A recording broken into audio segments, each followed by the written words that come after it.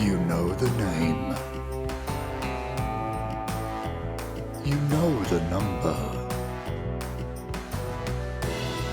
You know it's been re-released more than Skyrim.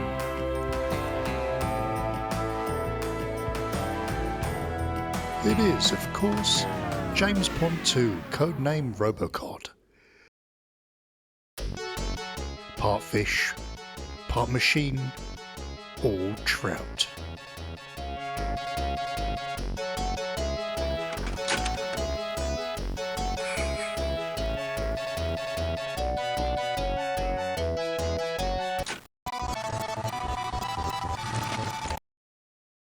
James Pond 2 was released in 1991 on the Commodore Amiga and Atari ST home computers, and the Sega Mega Drive, or Genesis if you lived in the land of the guns.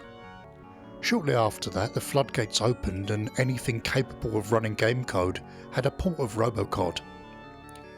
The game was absolutely everywhere. I first played a demo that came on Commodore 64 magazine demo tape. Remember those? But the version I actually had as a young lad was the oddly shaped Mega Drive cart published by Electronic Arts, so I'll primarily be talking about that port in particular. Fun fact, I thought this yellow bit was a button. Why? Obviously I was a bloody stupid 8-year-old. Derbyshire-born Chris Sorrell not only came up with the idea of an aquatic secret agent, but also worked on the coding, graphics and game design. Chris began his gaming career by porting other people's games to new platforms. After success with the Amiga game Yolanda, a reimagined port of the Commodore 64 game Hercules, Sorrell was encouraged to pitch his own ideas to his studio Vector Dean. This game ended up being James Pond Underwater Agent, a mascot-based platformer set under the sea. I never played this one, but from what I've seen, I doubt my younger self would have enjoyed it. I hated water levels in any game, and the thought of one set almost entirely underwater would have repulsed me immensely. Sorry, Echo the Dolphin. The game received average reviews, yet Sorrell and his team were not disheartened. They got to work on a far superior sequel. This game would be a land-based platformer set in the North Pole, and tasks James Pond to defeat his nemesis, Dr. Maybe. Yes, another obvious 007 reference. Us Brits are legally inclined to make terrible puns and wordplay. Santa's toy factory has been taken over, and Dr. Maybe is making malicious mechanical minions to Mornay, our metal-coated marine-based mate. Luckily for us, Mr. Pond has been equipped with a robotic armour suit with which he can breathe above ground, but additionally let his body stretch to near infinite heights for some reason. How this doesn't break his spine is a total mystery. This ability is used to grip ceilings and allow Pond to shimmy over deadly pits of spikes and other such traditional platformer obstacles. The game starts you off in the hub world, the exterior of the toy factory. From here, Pond must enter doors to various levels which each contain several sub-levels within. Your goal is to rescue penguins and get to the flashing exit barber's pole to progress. There's an insane amount of collectibles, from food to jewellery, some of which are found in these legally distinct exclamation mark blocks. Stars replenish your health, but beware bottles of poison. They do quite the opposite. Larger wrapped boxes sometimes contain vehicles to drive about in. The flying vehicles are very useful for finding secrets or just gliding over most dangers. And yes, that is a flying bath. If I had to describe the graphical style, I'd say it has the look of an Amiga game. Though that's not a bad thing, it just kind of defines what look a European-made platformer from this era had. Another example of this would be Zool. Though the backgrounds could be quite garish and sometimes rather terrifying. Speaking of traditional platformer tropes, jumping on enemies is Pond's modus operandi.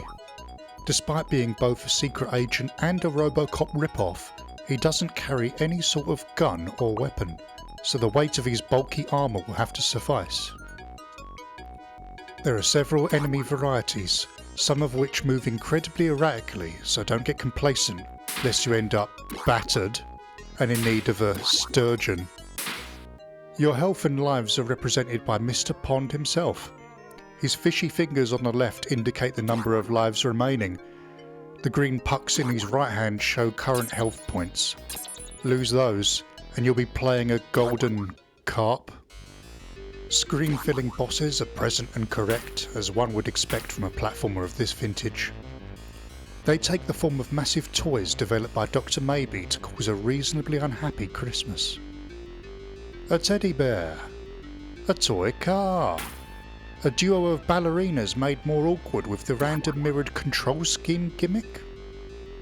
Again, a firm bounce on the bonds will tip the scales in your favour and whittle down the energy until they're proper gutted.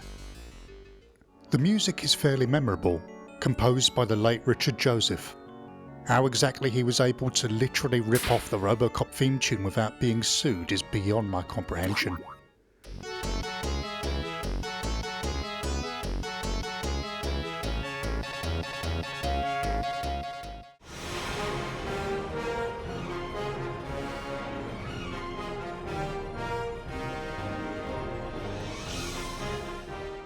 He worked on many Amiga projects that were ported to consoles over the years, most notably Cannon Fodder, Megalomania, Speedball 2 and the Sensible Soccer series.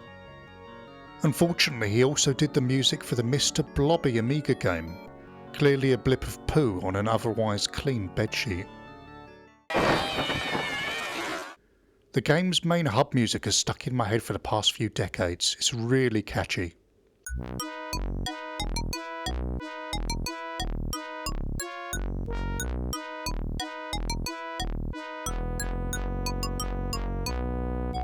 Alas, there aren't many music tracks, so they get repeated over and over.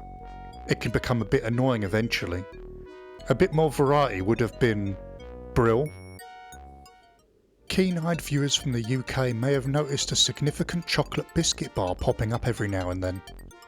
The game was sponsored by McVitie's, whose legendary penguin bars turn up in-game on multiple occasions. This was one of the first video games, perhaps even the first, to feature actual product placement. Pick up a penguin. Legend has it that sales of penguin bars increased around the game's release, though despite trawling for information, this is unconfirmed. Objectively, the game does suffer from several problems. Pond's movement is quite slippery, or you could say finicky. This does make precise jumping rather difficult and often ends in death. Landing on spikes offers no invincibility, so landing on a bunch makes the player the halibut of a cruel joke. Some enemy placement is annoyingly unpredictable, like this snake that fell on my head out of nowhere. Though this falling platform trap I fell into did actually make me laugh.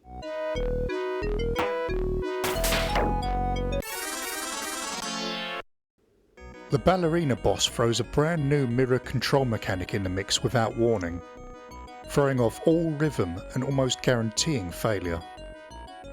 But the most annoying issue I have is jumping on an enemy yet inexplicably taking damage. The majority of my deaths in this playthrough were due to this terrible hitbox logic. I mean, look at this! What a load of bollocks! As previously mentioned, the game has had a massive legacy, mostly comprising of re-releases every so often as the rights shift from one publisher to the next. If you've never heard of this game by now in some capacity, where have you been? The ports vary in quality. Some apply some new graphical elements, but overall they pale in comparison to Sorel's original releases. A sequel, James Pond 3 Operation Starfish, arrived in 1993, but received a lukewarm reception. After a cameo appearance in sporty spin-off Aquatic Games, our chum Pond faded into obscurity. A haddock has-been cast away, his licence to gill revoked. A Kickstarter campaign to revive the franchise failed to reach its targets in 2013. And what happened to Chris Sorel? He devised and directed the much beloved cult classic PS1 game Medieval, for Sony's Cambridge studios in 1998. Later he'd work as creative director of 2006's real-time TV tie-in 24, The Game, for PS2. Most recently he has worked on 2020's Hard Space Shipbreaker as a senior engineer. A huge shout out to Damien McFerrin's fantastic Eurogamer retrospective and Ken Horowitz's interview with Sorel on Sega16.com. Both were invaluable in the making of this video. They're both linked in the description and are highly recommended reads. Give their places a visit, won't you? So what are your thoughts on RoboCod? What did you play it on? Did you think the yellow bit on the Mega Drive cart was a button? Was it a prized catch? Or was it more of a flounder? Were my Endless Fish puns crappy? Let us know in the comments below. We'd also appreciate a like and subscribe and all that jazz. That'd be brilliant. Now, if you'll excuse me, I'm gonna pick up some penguins from the shop. Do you want anything?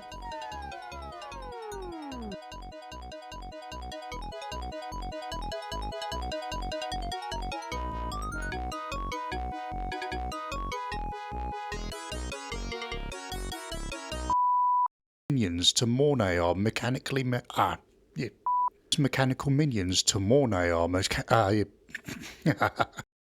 Mr. Pond has been outwitted. Mr. Pond has been equipped with Pond has been equipped. Why did I keep getting that wrong?